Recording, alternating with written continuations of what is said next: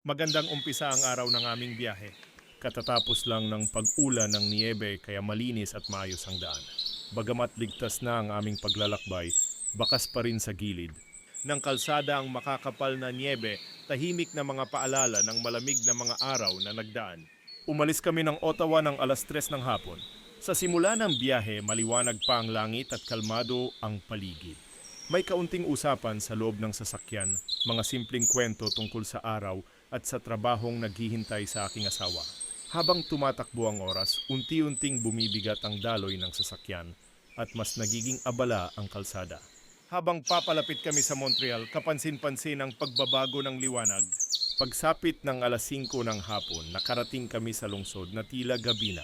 Madilim na ang paligid, nakasindi ang mga ilaw ng sasakyan at gusali at ramdam ang bigat ng trapiko tuwing hapon.